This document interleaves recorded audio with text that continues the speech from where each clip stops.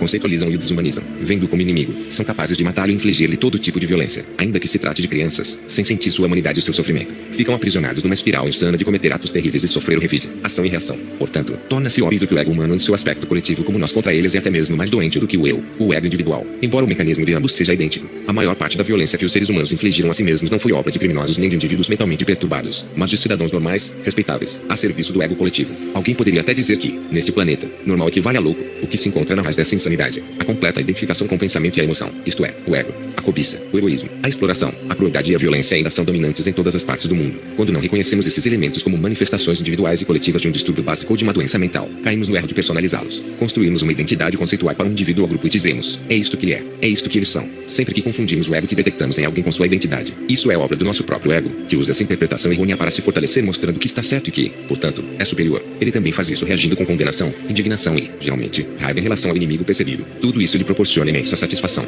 Fortalece a sensação de separação entre nós e o outro, cuja alteridade, isto é, a natureza ou condição do que é outro, do que é distinto, aumenta a tal ponto que já não conseguimos sentir sua humanidade nem suas raízes na vida única que compartilhamos com cada ser humano, a divindade que temos em comum. Os padrões egóicos específicos a que reagimos com mais intensidade em alguém e que classificamos erroneamente como sua identidade tendem a ser idênticos aos nossos. No entanto, ou somos incapazes de vê-los ou não queremos detectá-los em nós. Nesse sentido, temos muito a aprender com nossos inimigos. O que existe neles que mais nos incomoda é o perturba, o egoísmo, a cobiça, a necessidade de poder e controle, a falta de sinceridade, a desonestidade, a propensão à violência, o que, qualquer coisa da qual nos ressentimos no outro e a qual reagimos com intensidade também existe em nós. Mas não é mais do que uma forma do ego e, como tal, é impessoal. Ela não tem nada a ver com quem a pessoa é nem com quem nós somos. Somente se a confundirmos com nossa identidade ela pode representar uma ameaça à nossa percepção do eu.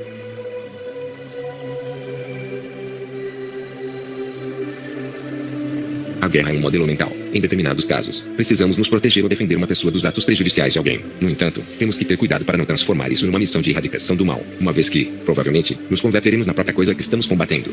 Lutar de modo inconsciente pode nos levar à inconsciência. Há a possibilidade de que a inconsciência, o comportamento egóico desajustado traço nunca seja vencida pelo ataque. Mesmo se derrotarmos o oponente, ela simplesmente se transferirá para nós ou esse adversário reaparecerá num novo disfarce. Nós fortalecemos tudo aquilo que combatemos, enquanto todas as coisas a que resistimos persistem. Hoje em dia ouvimos com frequência a expressão a guerra contra isso ou aquilo. Onde quer que eu a ouça, sei que está condenada ao fracasso. Há a guerra contra as drogas, a guerra contra o crime, a guerra contra o terrorismo, a guerra contra o câncer, a guerra contra a pobreza, e assim por diante. Por exemplo, apesar da luta contra o crime e as drogas, tem havido um aumento impressionante no número de crimes e de delitos relacionados às drogas nos últimos 25 anos. Nos Estados Unidos, por exemplo, a população carcerária passou de 300 mil detentos em 1980 para 2,1 milhões em 2004.4. A guerra contra as doenças nos deu, entre outras coisas, os antibióticos. A princípio, muitos especialistas concordam que o uso disseminado e indiscriminado desses remédios criou uma bomba relógio que as espécies de bactérias resistentes a eles provavelmente causaram um ressurgimento dessas moléstias, talvez até como epidemias. O jornal of the American Medical Association diz que nos Estados Unidos o tratamento médico é a terceira maior causa de morte depois dos males cardíacos e do câncer. A homeopatia e a medicina chinesa são dois exemplos de métodos de tratamento alternativos que não consideram as doenças inimigos e,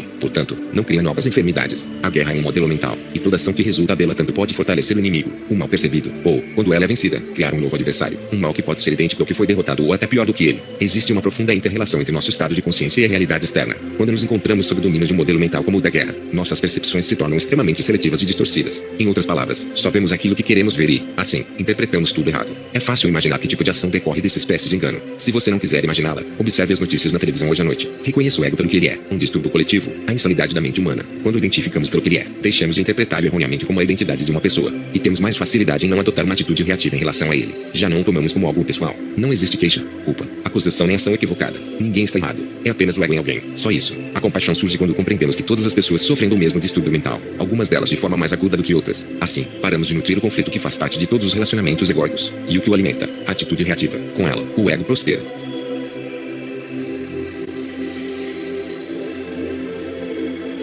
Queremos paz ou conflito? Desejamos paz. Não existe ninguém que não a queira. Ainda assim, há algo em nós que pede o conflito, o enfrentamento. Talvez você não seja capaz de perceber isso neste instante. Pode ser que tenha que esperar por uma situação ou até mesmo por um pensamento que dispare uma reação de sua parte. Alguém que o acuse de algo, que não reconheça, que se intrometa no seu território, que questione sua maneira de fazer as coisas, que provoque uma discussão sobre dinheiro, etc. Diante de uma circunstância desse tipo, você consegue sentir o imenso impulso de força que começa a atravessá-lo, o medo, que talvez esteja sendo mascarado por raiva ou hostilidade. É capaz de ouvir sua própria voz se tornando áspera, estridente. Tem consciência de que sua mente está correndo para defender a posição dela, justificar, atacar, condenar, em outras palavras, tem capacidade de despertar nesse momento de inconsciência. Sente que algo em você está em guerra, alguma coisa que se vê ameaçado e quer sobreviver a todo custo, que precisa do confronto para afirmar a própria identidade como personagem vitorioso dentro dessa produção teatral. Consegue sentir que existe algo em você que preferiria estar certo a estar em paz.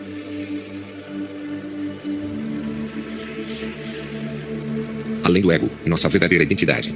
Quando o ego está em guerra, saiba que isso não passa de uma ilusão que está lutando para sobreviver. Essa ilusão pensa ser nós. A princípio, não é fácil estarmos lá como testemunhas, no estado de presença, sobretudo quando o ego se encontra nessa situação ou quando um padrão emocional do passado é ativado. No entanto, depois que sentimos o gosto dessa experiência, nosso poder de atingir o estado de presença começa a crescer e o ego perde o domínio que tem sobre nós. E, assim, chega à nossa vida um poder que é muito maior do que o ego, maior do que a mente. Tudo de que precisamos para nos livrar do ego é estarmos conscientes dele, uma vez que ele e a consciência são incompatíveis. A consciência é o poder oculto dentro do momento presente. É por isso que podemos chamá-la de presença, o propósito supremo da existência humana, isto é, de cada um de nós, é trazer esse poder ao mundo. E é também por isso que nossa libertação do ego não pode ser transformada numa meta a ser atingida em algum ponto no futuro. Somente a presença é capaz de nos libertar dele, pois só podemos estar presentes agora, e não ontem nem amanhã. Apenas ela consegue desfazer o passado em nós e assim transformar nosso estado de consciência. O que é a compreensão da espiritualidade? A crença de que somos espíritos? Não, isso é um pensamento. De fato, ele está um pouco mais próximo da verdade do que a ideia de que somos a pessoa descrita na nossa certidão de nascimento, mas, ainda assim, é um pensamento. A compreensão da espiritualidade é ver com clareza que o que nós percebemos, vivenciamos, pensamos ou sentimos não é, em última análise, quem somos. Que não podemos nos encontrar em todas essas coisas, que são transitórias e se acabam continuamente. E provável que Buda tenha sido o primeiro ser humano a entender isso, e dessa maneira nata, a noção do não-eu se tornou um dos pontos centrais dos seus ensinamentos. E, quando Jesus disse nele-se a si mesmo, sua intenção era afirmar, nele, e assim desfaça, a ilusão do eu. Se o eu, o ego, fosse de fato quem somos, seria um absurdo negá-lo. O que permanece é a luz da consciência, sob a qual percepções, sensações, pensamentos e sentimentos vêm e vão. Isso é o ser, o mais profundo e verdadeiro eu. Quando sabemos que somos isso, qualquer coisa que ocorre na nossa vida deixa de ter importância absoluta para adquirir importância apenas relativa. Respeitamos os acontecimentos, mas eles perdem sua seriedade plena, seu peso. A única coisa que faz diferença realmente é isto. Podemos sentir nosso ser essencial, o eu sou, como o pano de fundo da nossa vida o tempo todo. Para ser mais exato, conseguimos sentir o eu sou que somos neste momento. Somos capazes de sentir nossa identidade essencial como consciência propriamente dita. Ou estamos nos perdendo no que acontece, na mente, no mundo. Todas as estruturas são estáveis, seja qual for a forma que assuma. A motivação inconsciente por trás do ego é fortalecer a imagem de quem nós pensamos que somos. O eu fantasma que passa a existir quando o pensamento, uma enorme bênção, assim como uma grande maldição, começa a dominar e a obscurecer a simples, e ainda assim profunda, alegria da conectividade com o ser, a origem, Deus. Independentemente do comportamento que o ego manifeste, a força motivadora oculta é sempre a mesma, a incessante necessidade de aparecer, ser especial, estar no controle, ter poder, ganhar atenção. E, é claro, a necessidade de experimentar uma sensação de isolamento, ou seja, de oposição, de ter inimigos. O ego sempre quer alguma coisa das pessoas ou das situações. No caso dele há sempre um plano oculto, um sentimento de ainda não é o bastante, de insuficiência e falta, que precisa ser atendido. Ele usa as pessoas e situações para conseguir o que deseja e, até mesmo quando é bem sucedido, nunca fica satisfeito por muito tempo. Em geral, vive frustrado com seus objetivos. Na maior parte do tempo, a lacuna entre o eu quero e o que acontece torna-se uma fonte constante de aborrecimento e angústia. A clássica canção dos Rolling Stones, e Can't Get No, Satisfaction não consigo ter satisfação, é sua música. A emoção subjacente que governa todas as atividades do ego é o medo. O medo de não ser ninguém, o medo da não existência, o medo da morte. Todas as suas ações, enfim, destinam-se a eliminar esse temor. No entanto, o máximo que o ego consegue fazer é encobri-lo temporariamente, seja com um relacionamento íntimo, a aquisição de um novo bem ou tendo um bom desempenho numa coisa ou noutra. A ilusão nunca nos satisfaz. Apenas a verdade de quem nós somos, se compreendida, nos libertará. Porque o ego surge pela identificação com a forma I. Na verdade, ele sabe que nenhuma forma é permanente, e todas elas são transitórias. Assim, há sempre um sentimento de insegurança ao seu redor, mesmo que externamente ele pareça confiante. Certa vez, quando eu caminhava com um amigo numa linda reserva natural próxima a Malibu, na Califórnia, chegamos às ruínas do que fora uma casa de campo, destruída pelo fogo décadas atrás. Ao nos aproximarmos da propriedade, toda cercada de árvores e de plantas magníficas, vimos, ao lado da trilha, uma placa que as autoridades do parque haviam colocado ali. Nela estava escrito: perigo. Todas as estruturas são estáveis. Comentei com meu amigo, este é um sutra profundo. E ficamos parados, impressionados. Depois que compreendemos e aceitamos que todas as estruturas, formas, são efêmeras, até mesmo os materiais aparentemente sólidos, a paz surge dentro de nós. Isso acontece porque o reconhecimento da impermanência de todas as formas nos desperta para a dimensão do que não tem forma no nosso interior, o que está além da morte. Jesus chamou isso de vida eterna. A necessidade do ego de se sentir superior. Existem muitas formas sutis de ego que, mesmo sendo tênues, podemos observar com facilidade nas pessoas e, mais importante, em nós. Lembre-se, no momento em que nos tornamos conscientes do nosso ego, essa consciência emergente a quem somos além do ego, o eu profundo, o reconhecimento do falso já é o surgimento do real. Por exemplo, imagine que você está prestes a contar uma novidade a alguém. Já sabe o que aconteceu? Não. Vou lhe dizer, se estiver alerta o suficiente, no pleno estado de presença, será capaz de detectar um rápido sentimento de satisfação dentro de si imediatamente antes de dar a notícia, até mesmo se ela for má. Isso ocorre porque, por um breve momento, existe, aos olhos do ego, um desequilíbrio a seu favor na relação entre você e a outra pessoa. Durante esse instante, você sabe mais do que ela. Essa satisfação provém do ego e ela surge porque sua percepção do eu é mais forte em comparação com a outra pessoa. Ainda que o interlocutor seja o presidente ou o papa, você se sente superior a ele naquele momento porque sabe mais. Esse é um dos motivos que fazem com que muita gente se vicie em fofoca. Além disso, a fofoca costuma carregar um elemento de crítica e julgamento malicioso dos outros. Dessa forma, também fortalece o ego por meio da superioridade moral imaginada, que fica implícita em toda apreciação negativa que fazemos de alguém. Se uma pessoa tem mais, sabe mais ou pode fazer mais do que nós, o ego se sente ameaçado porque o sentimento de menos diminui sua percepção imaginada do eu em relação a ela. Assim, ele pode tentar se recuperar procurando, de algum modo, criticar, reduzir ou menosprezar o valor das capacidades, dos bens ou dos conhecimentos desse indivíduo, ou pode mudar de estratégia. Em vez de competir, vai se valorizar por meio da associação com essa pessoa, caso ela seja considerada importante aos olhos dos outros.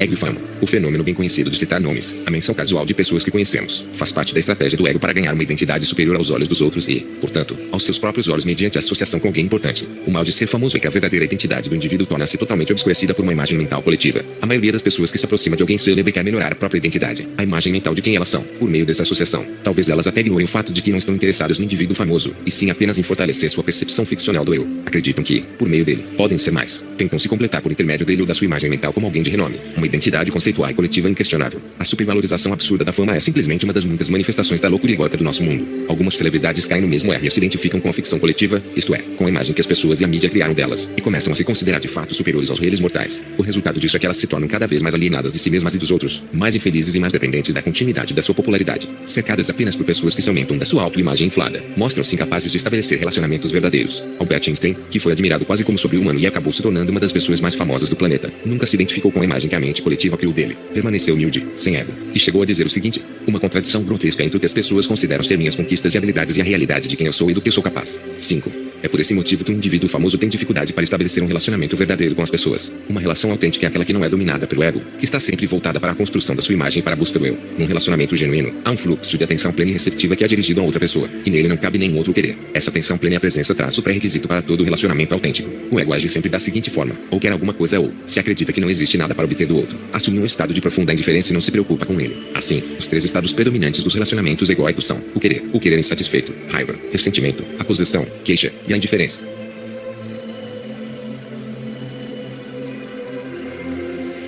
Capítulo 4.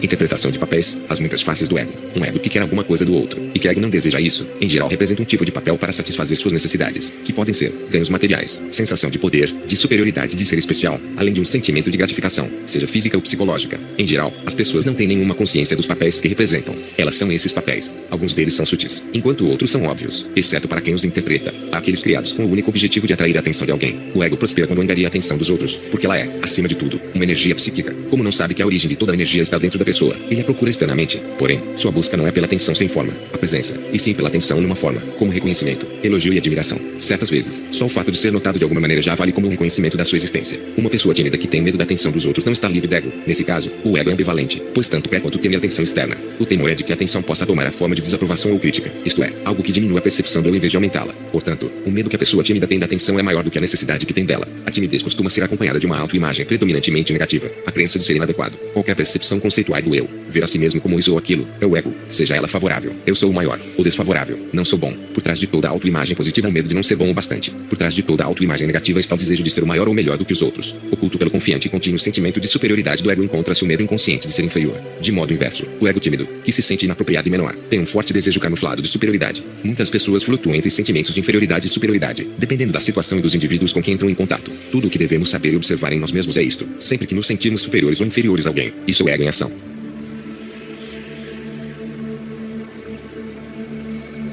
Vilão, vítima, amante. Quando não conseguem obter elogios nem admiração, alguns egos procuram outras formas de chamar a atenção ou interpretam papéis para consegui-la. Caso não obtenham atenção positiva, podem buscar atenção negativa, por exemplo, provocando uma reação desagradável em alguém. Há inclusive casos de crianças que fazem isso. Elas adotam um mau comportamento para se fazer notar. A interpretação de papéis negativos torna-se particularmente acentuada quando o ego é intensificado por um sofrimento emocional do passado que deseja se renovar com uma experiência diferente. Alguns egos cometem crimes na sua busca pela fama. Eles procuram atenção por meio da notoriedade da condenação por parte das pessoas. Por favor, me diga que eu existo, que não sou insignificante e parece ser sua mensagem. Essas formas patológicas do ego são apenas versões mais extremas dos egos normais. Um papel muito comum é o de vítima, e a forma de atenção que o ego busca é a solidariedade, a piedade ou o interesse dos outros pelos meus problemas, por mim e minha história. Ver-se como vítima é um componente de muitos padrões egóicos, como queixar-se, sentir-se ofendido, ultrajado, e assim por diante. É claro que, depois que uma pessoa se identifica com uma história em que assume o papel de vítima, ela não quer que isso termine, e assim, como muitos terapeutas sabem, o ego não deseja o fim dos seus problemas porque eles fazem parte da sua identidade. Se ninguém deseja escutar sua triste história, a pessoa pode contá-la mentalmente para si mesma quantas vezes tiver vontade de sentir pena de si própria. Dessa forma, sua identidade será de alguém que não está sendo tratado com justiça pela vida, por outros indivíduos, pelo destino ou por Deus. Essa atitude define a imagem que ela faz de si mesma, torna alguém, e isso é tudo que importa ao ego.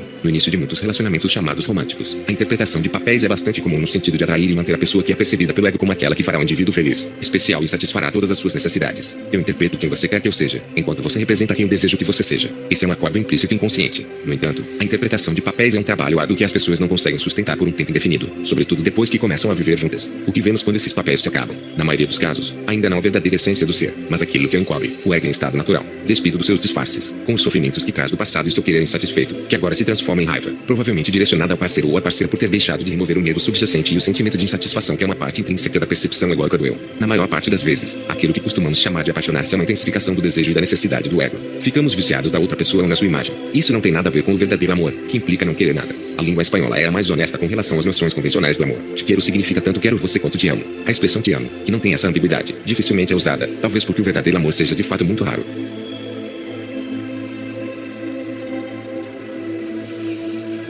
Abandonando as definições pessoais. À medida que as culturas tribais evoluíram para as antigas civilizações, determinadas funções começaram a ser atribuídas às pessoas: governador, sacerdote, guerreiro, agricultor, mercador, artesão, operário, etc. Desenvolveu-se um sistema de classes. A função de cada um, que, na maioria das vezes, já estava decidida desde o nascimento, estabelecia quem a pessoa era aos olhos dos outros, assim como aos seus próprios olhos. A função tornou-se um papel, mas não era reconhecida como tal. Ela era o próprio indivíduo que este pensava que era. Naqueles tempos, apenas raros seres, como Buda e Jesus, viam a completa irrelevância das castas e das classes sociais e consideravam as identificações com a forma. Eles foram capazes de entender também que essa identificação com o que é temporal e condicionado obscurece a luz do que é eterno e não condicionado e que brilha em cada ser humano. No mundo contemporâneo, as estruturas sociais são menos rígidas, menos definidas, do que costumavam ser. Embora as pessoas, em sua maioria, ainda sejam condicionadas pelo ambiente, elas não são mais automaticamente investidas de uma função e de uma identidade. Na verdade, hoje em dia, é crescente o número de indivíduos que se sentem confusos quanto ao lugar ao qual se encaixam, ao seu propósito e até mesmo a quem eles são. Costumo parabenizar as pessoas quando elas me dizem, não sei mais quem eu sou. Então elas ficam perplexas e me perguntam se é bom estar confuso. Eu lhes peço que reflitam sobre isso. O que significa estar confuso? Não sei não é sinônimo de confusão. Confusão é, eu não sei, mas deveria saber eu não sei, porém preciso saber. É possível abandonarmos a crença de que devemos ou precisamos saber quem somos. Em outras palavras, podemos parar de considerar definições conceituais que nos deem uma percepção do eu. Você, por exemplo, é capaz de deixar de examinar o pensamento sobre uma identidade? Quando colocamos de lado a convicção de que necessitamos saber quem somos, o que acontece com a confusão? De repente ela acaba. No momento em que aceitamos de fato de que não temos esse conhecimento, entramos num estado de paz e clareza que está mais próximo de quem somos verdadeiramente do que o pensamento jamais poderá estar. Usar o pensamento para nos definir é algo que nos limita.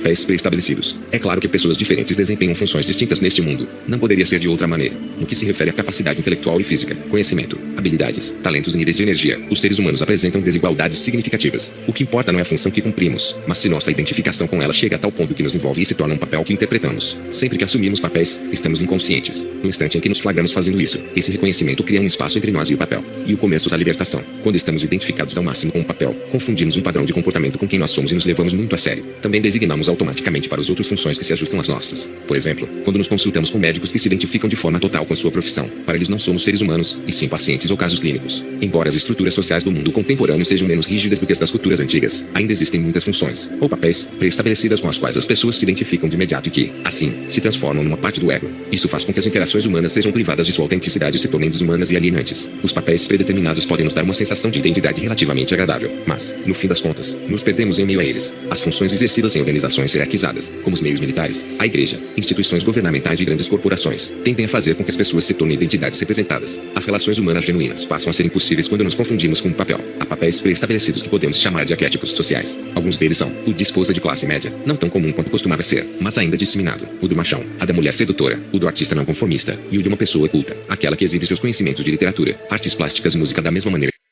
que outros indivíduos ostentam uma roupa sofisticada ou um automóvel caro. Há também o papel universal do adulto, quando representamos. O que predomina na visão que temos de nós mesmos e da vida é a seriedade e a espontaneidade. A descontração e a alegria não fazem parte dessa interpretação. O movimento hippie, que se originou na costa oeste dos Estados Unidos na década de 1960 e depois se difundiu pelo mundo ocidental, surgiu da rejeição que muitos jovens na época manifestaram contra arquétipos sociais, papéis, padrões pré-estabelecidos de comportamento e estruturas sociais e econômicas baseadas no ego. Eles se recusavam a desempenhar os papéis que os pais e a sociedade queriam lhes impor. Esse movimento coincidiu com os horrores da Guerra do Vietnã. Durante esse conflito morreram mais de 55 37 mil jovens americanos e 3 milhões de vietnamitas. Por meio dele, a insanidade do sistema e do modelo mental dominante ficou explícita. Nos anos 1950, a maioria dos americanos ainda era extremamente conformista em sua forma de pensar e agir, mas, na década seguinte, milhões deles começaram a rejeitar sua identificação com uma identidade conceitual e coletiva cuja loucura se tornara óbvia. O movimento hippie representou um afrouxamento das estruturas egóicas rígidas que até então predominavam na psique da humanidade. Embora tenha se deturpado e acabado, ele deixou uma abertura, e não só para seus seguidores. Seu surgimento permitiu que a antiga sabedoria e a espiritualidade oriental entrassem no ocidente e cumprissem uma função essencial no despertar da consciência mundial.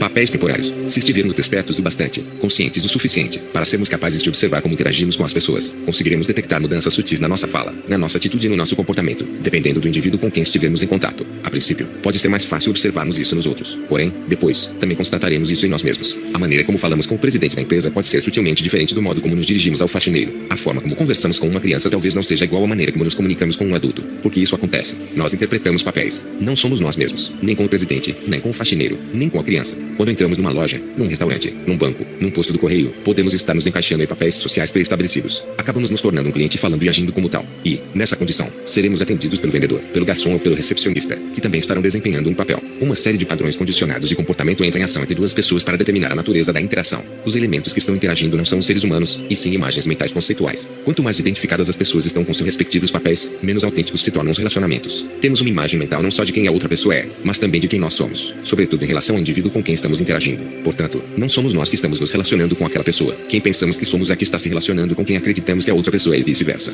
A imagem conceitual que nossa mente gerou de nós mesmos está se relacionando com sua própria criação, que é a imagem conceitual que ela produziu da outra pessoa. A mente da outra pessoa provavelmente fez a mesma coisa. Então cada interação egóica entre dois indivíduos é, na realidade, a interação entre quatro identidades conceituais produzidas pela mente que são, em última análise, fictícias. Portanto, não é de surpreender que haja tanto conflito nos relacionamentos. Não existe nenhuma relação verdadeira. Um monge com as palmas das mãos suadas. Kazan, um mestre monge zen, ia oficiar o funeral de um nobre famoso. Enquanto esperava pela chegada do governador da província e de outros senhores e senhoras, percebeu que estava com as palmas das mãos suadas. No dia seguinte, ele reuniu seus discípulos e confessou que não estava pronto para ser um professor de verdade. Explicou-lhes que ainda não conseguia adotar o mesmo tipo de comportamento diante de todos os seres humanos, fosse a pessoa um mendigo ou um rei. Não era capaz de considerar os papéis sociais e as identidades conceituais e ver a igualdade do ser em todos os indivíduos. Depois, ele partiu e se tornou aprendiz de outro mestre. 8 anos mais tarde, retornou iluminado à companhia de seus antigos discípulos. A felicidade como um papel versus a felicidade verdadeira. Como vai você? Ótimo. Não poderia estar melhor. Ponto verdadeiro ou falso. Em muitos casos, a felicidade é um papel que as pessoas representam. Um exterior sorridente pode ocultar um grande sofrimento. Depressão, esgotamento e reações exageradas são comuns quando a infelicidade é encoberta por sorrisos. Sempre que há negação, algumas vezes até mesmo para si próprio, de que existe muita infelicidade. Quando nos sentimos infelizes, primeiro precisamos reconhecer esse fato. E nunca afirmarmos, sou infeliz. A infelicidade não tem nada a ver com quem nós somos. Se você estiver passando por isso, diga, há infelicidade em mim. Depois, analise o que está acontecendo na sua vida. Uma situação em que você se encontra pode ter algo a ver com essa sensação. Talvez seja preciso fazer alguma coisa para mudá-la ou para sair dela. Se não houver nenhuma solução ao seu alcance, encare isso e afirme, bem, é o que está acontecendo neste momento. Não posso nem aceitar isso nem me sentir infeliz. A causa primária da infelicidade nunca é a situação, mas nossos pensamentos sobre ela. Portanto, tome consciência dos pensamentos que estão lhe ocorrendo. Separe-os da situação, que é sempre neutra. Ela é como é. Existe a circunstância ou o fato, e você terá seus pensamentos a respeito deles. Em vez de criar histórias, atenha-se aos fatos. Por exemplo, estou arruinado é uma história. Ela limita a pessoa e a impede de tomar uma providência eficaz. Tenho 50 centavos na minha conta é um fato. Encarar os fatos é sempre fortalecedor. Tome consciência de que, na maioria das vezes, o que você pensa é o que cria suas emoções. Observe a ligação entre eles. Em vez de ser seus pensamentos e suas emoções, seja a consciência por trás deles. Não busque a felicidade. Se fizer isso, não a encontrará porque buscar a antítese dela. A felicidade é sempre evasiva. Contudo, você pode se libertar da infelicidade agora, encarando em vez de criar histórias sobre ela. A infelicidade encobre nosso estado natural de bem-estar e nossa paz interior, que são a origem da verdadeira felicidade. Paternidade e maternidade. Papel ou função? Muitos adultos interpretam papéis quando falam com os filhos pequenos. Usam palavras e sons idiotas. Tratam a criança com superioridade, e não de igual para igual. O fato de que, temporariamente, sabemos mais ou somos maiores não quer dizer que a criança não seja igual a nós. A maioria dos adultos, em determinada altura da vida, encontra-se no papel de pai ou mãe, que é universal. A questão da maior importância é, somos capazes de desempenhar essa função e de executá-la bem nos identificarmos. Isto é, sem que ela se torne um papel. Parte da função necessária de ser pai ou mãe é atender às necessidades da criança, impedindo que ela corra perigo. E, às vezes, dizer-lhe o que fazer e o que não fazer. No entanto, Quando ser pai ou mãe se torna uma identidade, ou seja, sempre que nossa percepção do eu é, totalmente ou em grande parte, extraída disso, a função ganha uma ênfase exagerada e nos domina. Prover as necessidades dos filhos assume proporções excessivas e os torna mimados, enquanto impedi-los de correr perigo se transforma em superproteção e interfere na necessidade que eles sentem de explorar o mundo e experimentar coisas novas por si mesmos. Dizer às crianças o que fazer e o que não fazer passa a ser controlar, reprimir. Além disso, a identidade que interpreta um papel permanece atuante por um longo tempo, mesmo depois que essas funções em particular já não são mais necessárias. Assim, pais e mães não conseguem deixar de ser pais até mesmo quando o filho já é adulto. Eles não são capazes de se desvincular da necessidade de serem imprescindíveis a ele. Ainda que o filho já tenha 40 anos de idade, não conseguem abandonar a ideia eu sei o que é melhor para você. O papel de pai e mãe continua a ser interpretado compulsivamente. Por isso não existe um relacionamento autêntico. Os pais se definem por esse papel e, de forma inconsciente, têm medo de perder a identidade e se o abandonarem. Se seu desejo de controlar ou influenciar as ações do filho adulto é contrariado, como costuma acontecer, eles começam a criticar ou mostrar sua desaprovação ou tentam fazer com que o filho se sinta culpado. Tudo numa tentativa não consciente de preservar seu papel, sua identidade. A impressão é de que estão preocupados com o filho, e eles próprios acreditam nisso, mas, na verdade, sua intenção é apenas conservar seu papel e identidade. Todas as motivações egóicas são voltadas para a autovalorização e o interesse do próprio eu, e algumas vezes elas se disfarçam de forma muito inteligente, até mesmo para a pessoa em quem o ego está atuando. Os pais que se identificam com esse papel também podem tentar se tornar mais completos por meio dos filhos. Assim, a necessidade que o ego tem de manipular os outros para que satisfaçam seu contínuo sentimento de carência é dirigida a eles. Se a maioria dos pressupostos e das motivações inconscientes por trás da compulsão dos pais de manipular os filhos se tornasse consciente e fosse dita, provavelmente incluiria algumas mensagens como estas, se não todas elas. Quero que você alcance o que eu nunca consegui. Desejo que você seja alguém aos olhos do mundo para que eu também possa ser alguém por seu intermédio. Não me decepcione. Eu me sacrifiquei tanto por você. O objetivo da minha desaprovação em relação a você é fazê-lo se sentir tão culpado e constrangido que, finalmente, atenda a meus desejos. Sem contar que sei o que é melhor para você. Eu amo e continuarei a amá-lo se você fizer o que sei que é certo para a sua vida. Quando fazemos com que essas motivações se tornem conscientes, constatamos na hora quanto elas são absurdas. O ego que está por trás delas fica visível, assim como seu distúrbio. Alguns pais com quem falei compreenderam imediatamente. Meu Deus, era isso que eu vinha fazendo. Depois que vemos o que estamos fazendo ou fizemos, percebemos também a futilidade de tudo isso. E esse padrão inconsciente chega ao fim por si mesmo. A consciência é o maior agente para a mudança. Se seus pais estão agindo assim com você, não lhes diga que eles estão inconscientes e que são subjugados pelo ego. É provável que essa afirmação os deixe ainda mais inconscientes, pois o ego adotará uma postura defensiva. Basta que você reconheça que isso é o ego dentro deles e não o que eles são. Os padrões egóicos, até mesmo os mais antigos, algumas vezes se dissolvem de uma forma quase milagrosa quando não nos opomos a eles internamente. A oposição lhes dá uma força renovada. No entanto, ainda que não desapareçam, você será capaz de aceitar o comportamento dos seus pais com compaixão, sem a necessidade de reagir a ele, isto é, sem personalizá-lo. Tome consciência também dos pressupostos ou das expectativas inconscientes que estão por trás das suas antigas e habituais reações a seus pais. Eles deveriam aprovar o que eu faço. Tinham que me entender e me aceitar como sou. Verdade? Por quê? O fato é que eles não aceitam porque não conseguem. Sua consciência está em evolução. Ainda não deu o salto quântico para o nível de estar ciente. Eles ainda não são capazes de abandonar a identificação com seu papel. E você dirá, sim, mas não posso me sentir feliz e à vontade com quem eu sou, a menos que tenha a aprovação e a compreensão deles. Verdade? Que diferença faz a aprovação ou a desaprovação deles em relação a quem você é? Todos esses pressupostos não analisados causam um grande número de emoções negativas, uma significativa quantidade de infelicidade desnecessária. Fique alerta. Será que alguns dos pensamentos que passam pela sua cabeça são a voz interiorizada do seu pai ou da sua mãe dizendo talvez algo parecido com você não é bom bastante? Nunca chegará a ser alguma coisa ou fazendo outro julgamento mental? Se você estiver consciente, será capaz de reconhecer essa voz pelo que ela é, um velho pensamento condicionado pelo passado. Além disso, não precisará mais acreditar em todos os seus pensamentos. Verá que se trata de algo antigo, nada mais. Consciência significa presença, e apenas ela pode dissolver o passado inconsciente dentro de nós. Se você pensa que é tão iluminado, passe uma semana com seus pais, disse o mestre espiritual Ramdas. Esse é um bom conselho. O relacionamento com os pais não só é a interação primordial que o dá o tom para todas as interações subsequentes, como também se constitui num bom teste para nosso grau de presença. Quanto maior for o passado compartilhado existente num relacionamento, mais presentes precisamos estar. Caso contrário, seremos forçados a reviver o passado repetidas vezes.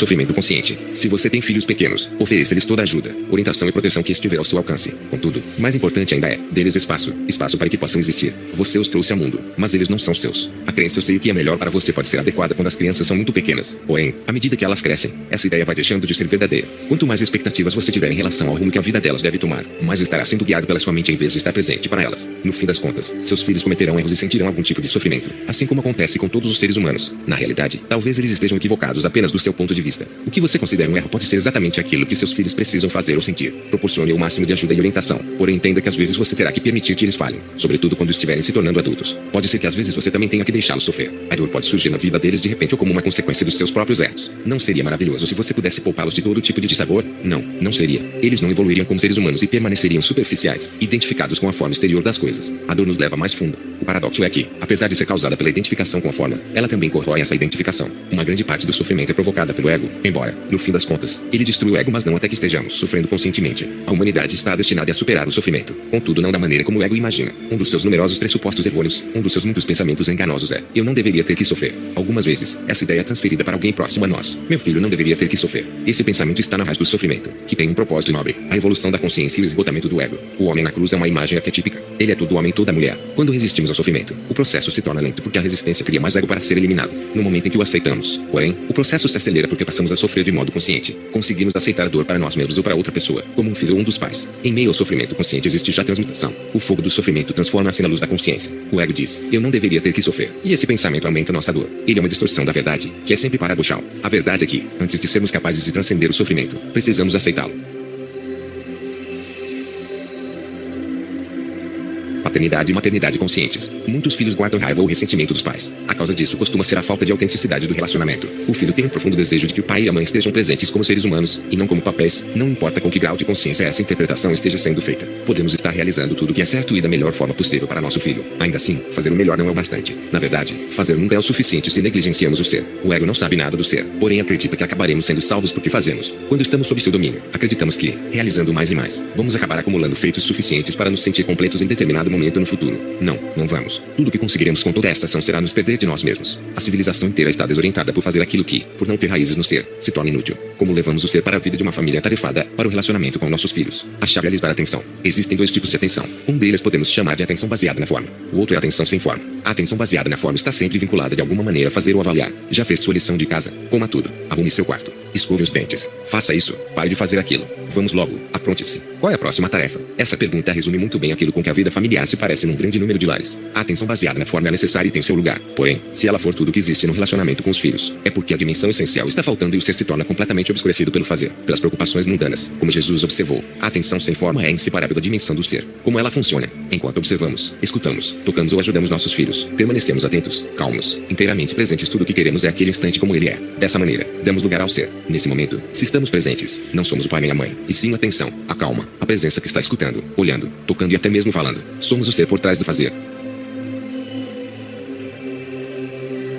Reconhecendo nossos filhos. Nós somos seres humanos. O que isso significa? O domínio da vida não é uma questão de controle, e sim de encontrar um equilíbrio entre o humano e o ser. Mãe, pai, marido, esposa, jovem, velho. Os papéis que interpretamos, as funções que desempenhamos, o que quer que façamos. Tudo isso pertence à dimensão humana, tem sua importância e precisa ser respeitado. No entanto, em si mesmas, essas coisas não são suficientes para nos proporcionar uma vida plena em relacionamentos significativos. O humano apenas nunca é o bastante. Não importa quanto nos esforcemos nem o que sejamos capazes de conquistar. Porém, há também o ser. Ele se encontra na presença calma, alerta da consciência em si, a consciência que nós somos. O humano é forma. O ser é sem forma. O humano e o ser não estão separados, mas interligados. Na dimensão humana, somos, sem dúvida, superiores aos nossos filhos. Somos maiores, mais fortes, sabemos mais e conseguimos fazer mais. Se essa dimensão for tudo o que conhecemos, então nos veremos acima deles, ainda que de modo inconsciente, e faremos com que se sintam inferiores, ainda que de modo inconsciente também. Não existe igualdade entre nós e eles porque só existe forma nesse relacionamento. E na forma, é claro, não somos semelhantes. Podemos amá-los, contudo nosso amor é apenas humano, isto é, condicional, possessivo, intermitente, apenas além da forma. No ser, nós somos iguais. E somente quando encontramos a dimensão sem forma em nós mesmos é possível haver amor verdadeiro nessa relação. A presença que nós somos, o eu sou eterno, reconhece a si mesmo em outro indivíduo. E este, neste caso, o filho, se sente amado, ou seja, reconhecido. Amar é reconhecermos a nós mesmos do outro. A alteridade então se revela uma ilusão que pertence ao reino puramente humano, o reino da forma. O anseio por amor que existe em toda criança é o anseio por ser reconhecida no nível da forma, mas no plano do ser. Quando os pais distinguem apenas a dimensão humana das crianças e negligenciam o ser, elas sentem que o relacionamento é insatisfatório, que algo essencial está faltando. Assim, poderão acumular dor e, algumas vezes, até um ressentimento inconsciente em relação aos pais. Por que vocês não me reconhecem? Isso é o que a dor e o ressentimento parecem dizer. Sempre que alguém nos reconhece, isso traz a dimensão do ser mais plenamente para o mundo por meio de nós dois. Esse é o amor que redime o mundo. Tenho falado sobre isso de modo mais específico no que se refere aos filhos, porém essa é uma questão que se aplica a todos os relacionamentos. Disse que Deus é amor. No entanto, isso não está certo. Deus é a vida única que está nas incontáveis formas de vida e além delas. O amor implica dualidade. Quem ama e quem é amado. Sujeito e objeto. Portanto, ele é o reconhecimento da unicidade no mundo da dualidade. Isso é o nascimento de Deus no mundo da forma. O amor torna o mundo menos terreno, menos denso, mais transparente para a dimensão divina, a própria luz da consciência.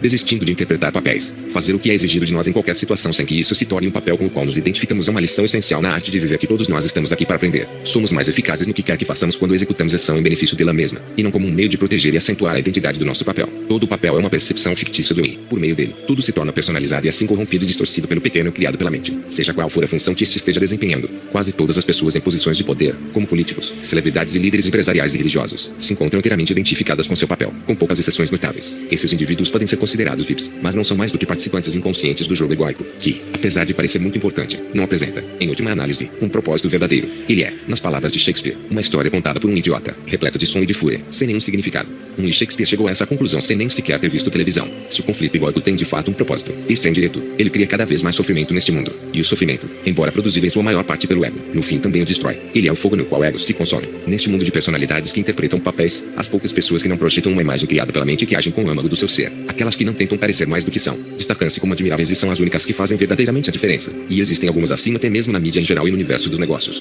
Elas são os mensageiros da nova consciência. Qualquer coisa que façam se torna importante porque está alinhada com o propósito do todo. Contudo, sua influência vai muito além do que realizam, da sua atividade. Sua mera presença, simples, natural, despretensiosa, tem um efeito transformador sobre qualquer um que tenha contato com elas. Quando não interpretamos papéis, é porque